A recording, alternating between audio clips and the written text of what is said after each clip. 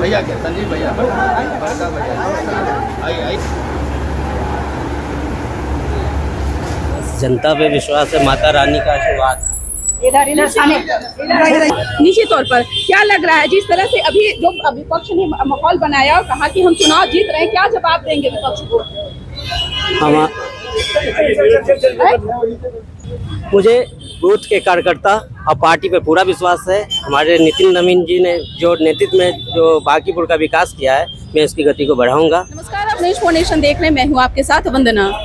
पटना स्थित बांकीपुर विधानसभा सीट पर उपचुनाव होने जा रहा है, जहां बीजेपी की ओर से नीरज कुमार सिन्हा प्रत्याशी बनाए गए हैं और इसी क्रम में जो है बांसघाट स्थित काली मंदिर में उन्होंने पूजा अर्चना की और साथ ही साथ आशीर्वाद लिया।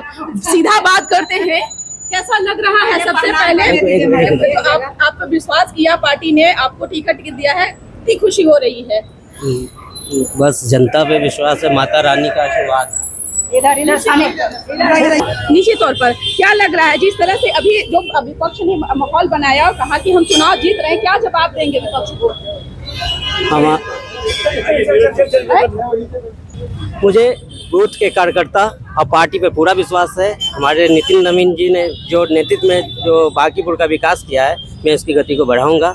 दीदी फिर बाद में बात होगी आपके लिए। आशीर्वाद आप दोनों हाथ करने के लिए तैयार हैं? सब बूथ के कार्यकर्ता पर और पार्टी पर विश्वास है वो। निश्चित तौर पर तो आपने सुना क्या कुछ कहना था बांकीपुर विधानसभा सीट पर भाजपा ने उम्मीदवार जो उतारा है नीरज कुमार सिन्हा का।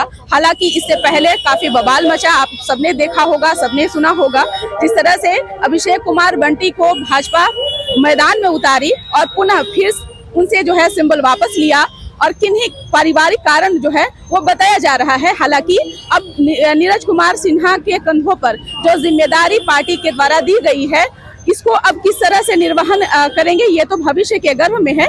लेकिन उन्होंने बातचीत के दौरान में कहा कि हम बूथ स्तर पर जो है वो काम किए हैं और निश्चित तौर पर कार्यकर्ता हमारे साथ हैं, हम चुनाव जीतेंगे। हालांकि बांकीपुर विधानसभा सीट पर जो उपचुनाव हो रहे हैं, वहां त्रिकोणीय मुकाबला देखा जा रहा है। एक और जहां प्रशांत किशोर जो जनसुराज के पुरोधा हैं, वहीं महागठबंधन से रेखा गुप्ता चुनावी मैदान में है। पिछले दफे भी नितिन नवीन के साथ दो हाथ करने के लिए चुनावी मैदान में उतरी हुई थी।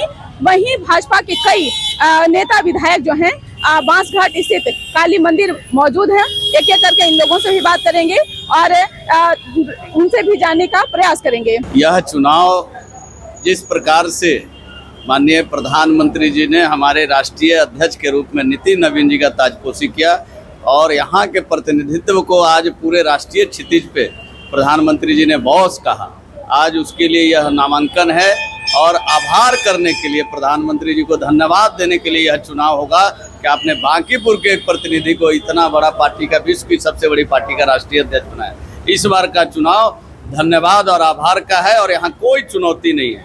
आप देखे होंगे कि कुम्हड़ार में भी 2 नंबर और 3 नंबर की लड़ाई हुआ था। ऐसे ही प्रचार होता था कुम्हरार के बारे में भी, लेकिन 48,000 वोट से वहां की जनता ने जिताया। लगातार 90 से लेके अब तक भारतीय जनता पार्टी और एनडीए पटना में विकास के नए नए कीर्तिमान खड़े किए हैं। बांकीपुर में भी कई ऐसी काम हुए हैं जिसको गिनाते चले तो आदमी समय कम पड़ जाएगा। इसलिए पटना की जनता और बांकीपुर की जनता को पता है कि हमारा विकास कोई कर सकता है तो एनडीए और भारतीय जनता पार्टी कर सकता है। जीतेंगे आप लोग? कहे तो कि रिकॉर्ड वोट से जीतेंगे। पिछले बार का भी वोट का कीर्तिमान इस बार ध्वस्त होने वाला है। कहीं कोई लड़ाई नहीं है इस टक्कर में और यहाँ पे 2 नंबर और 3 नंबर की लड़ाई है। आपने कि क्या कुछ कहा? कुम्हरार विधायक संजय गुप्ता ने कहा कि जिस तरह से नितिन नवीन जो भाजपा के राष्ट्रीय अध्यक्ष हैं, उन्होंने विकास का काम किए हैं, जाहिर तौर पर फिर से जनता जो है एनडीए पर भरोसा जताएगी। हालांकि बांकीपुर विधानसभा सीट भाजपा के लिए जो है नाक का बाल साबित होने जैसा दिख रहा है।